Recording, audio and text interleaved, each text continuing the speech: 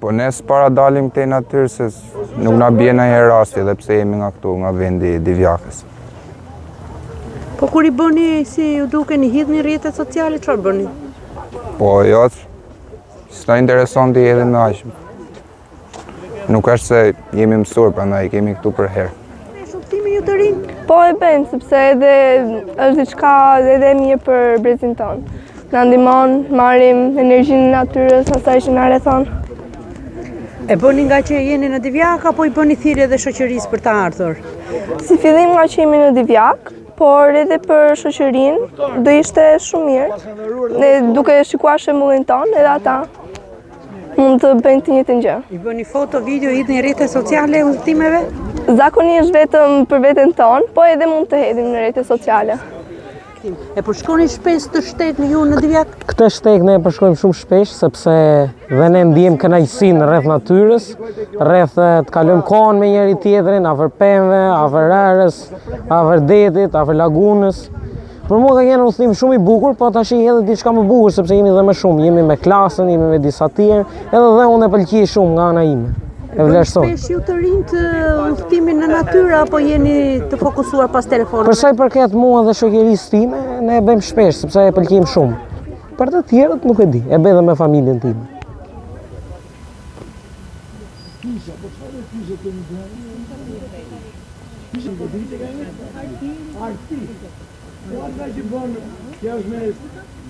Toshim do ikim në vgjesta, pa nuk toshim do ikim në pyllë. Do ikim në shpëtimtarët tanë, atje lartë zorë se të hyjë gjë për ta shuar në zjarë. Mirë, ishte një ditë e bukur, shpresoj që mësoj një dyqarë. Vjetë marë, ecim rrashë.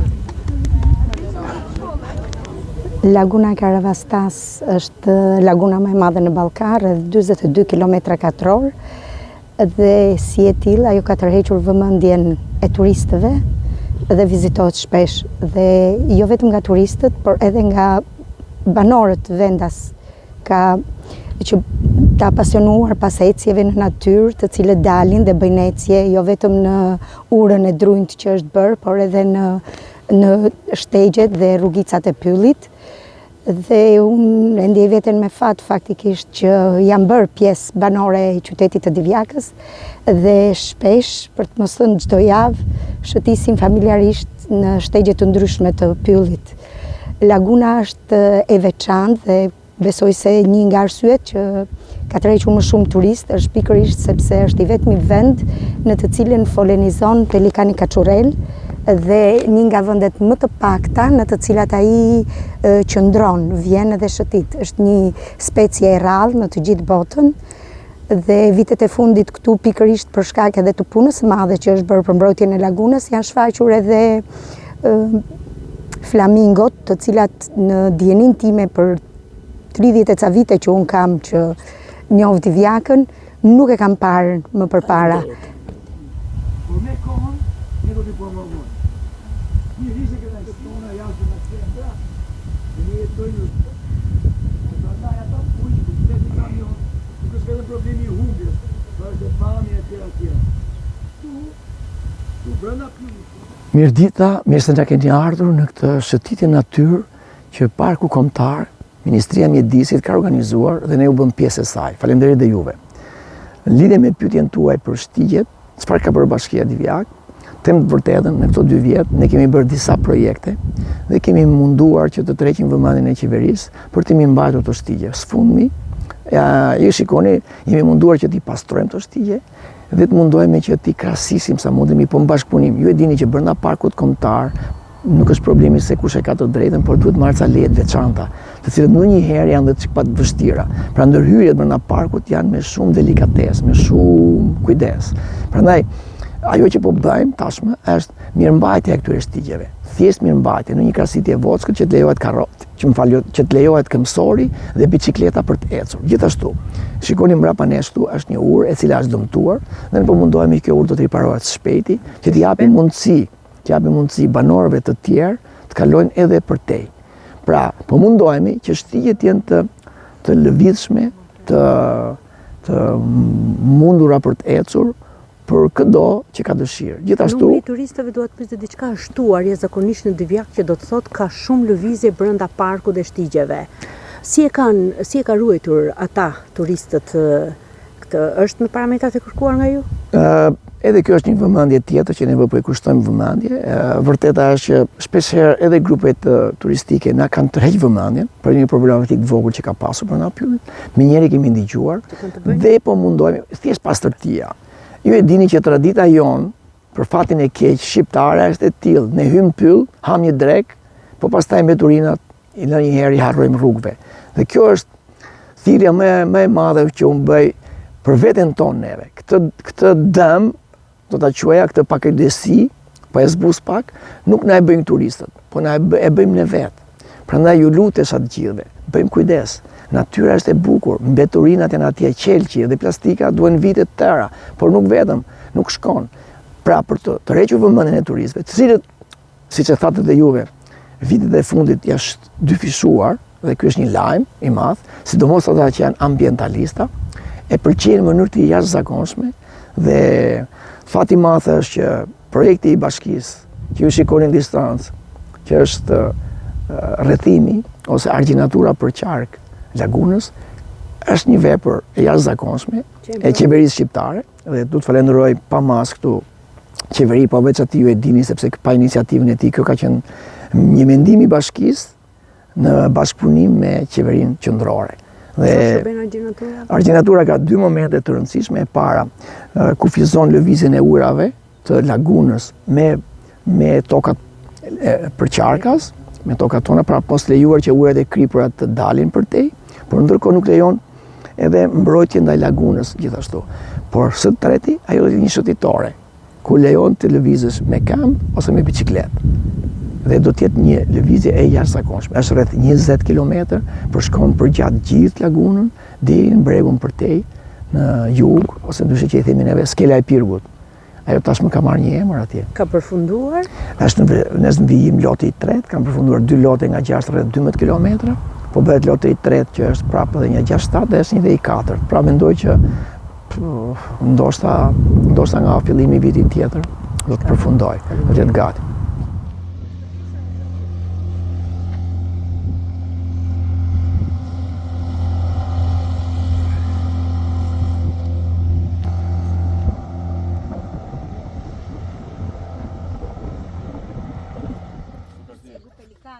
Ne kemi shtegu i pelikanit të taj.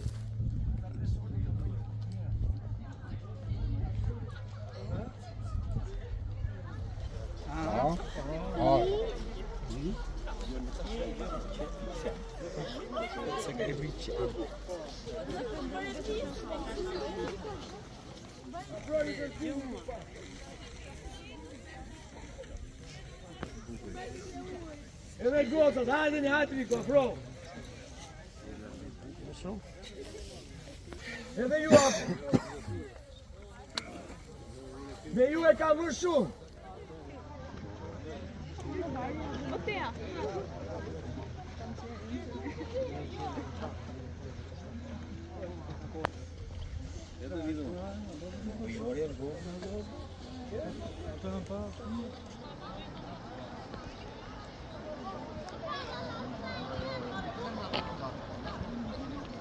Shkurre, po ta shikoni, ato kanë gjethe të ndryshme. Një mersinën kush është?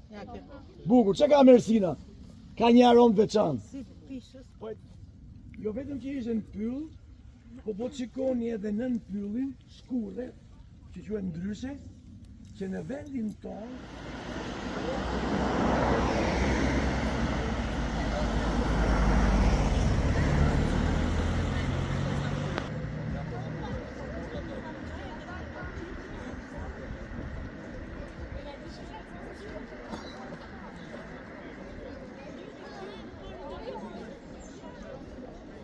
në parkun kombëtar të Divjakës.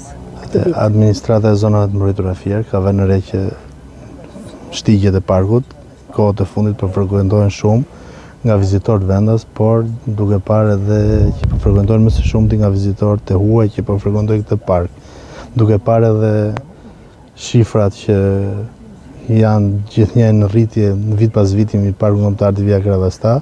Në ditën e sotme u organizua një aktivitet ku është ecje në natyrë, edhe thirrjes tonë si administratë u bashkua Bashkia e Divjakës, banorët të zonës, jo vetëm nxënës të shkollave të Bashkisë së Divjakës dhe stafi i bashkisë.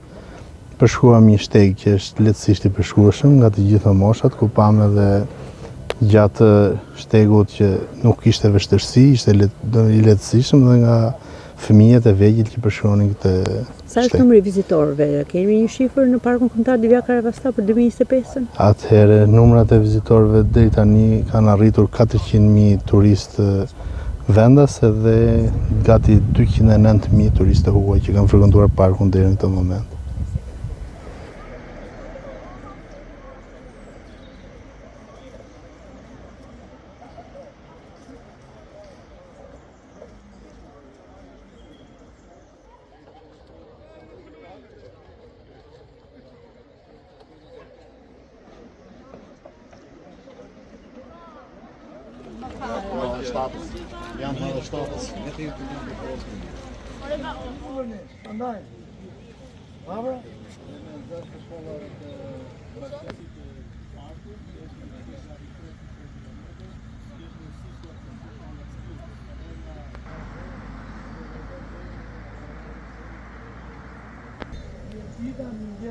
Faleminderit që jeni gjithë bashkë. Pra, mos harrojmë 2-3 gjëra të vogla, do të shtoja ato që tha drejtori. Mos harrojmë se jemi në zonën e gjithë Shqipëria është një vend i bukur, me plot male, pyje, fusha, por ne kemi një gjë pak më të veçantë, këtë natyrë që kemi dhe kaq të ruajtur, jemi pjesëtar të gjithë e kësaj treve kaq fantastike që kemi. Dhe mos harrojmë se ne të gjithë bashkë bëhemi më të mirë, bëhemi më të dashur për natyrën kur jemi së bashku. Pra nuk është ideja thjesht ecja sot, po ideja është ecja bashkë për ta ruajtur dhe për të qenë sa më shumë natyrë. Se veç i krilet a janë rënduar pak. Mirë? Pra njëkohësisht edhe kjo tjetra. Por mesazhi më i bukur dhe më i mirë është që kjo treve jashtëzakonshme, që brezat tanë na e kanë falur, Zoti na e ka falur, natyra na e ka falur, por që dhe brezat tanë e kanë ruajtur, kemi detyrim që ne së bashku jo vetëm ta ruajmë, por ta trashëgojmë dhe ta promovojmë dhe ta dashurojmë së bashku. Kështu që kjo ditë është një gjë e tillë, dashuri me natyrën, ecje në parkun më të bukur, mesdetar të gjithë mesdhell. Pishë shekullore, natyrore. Nuk e ka kush. Ju faleminderit. Ndjekim drejtorin tashmë.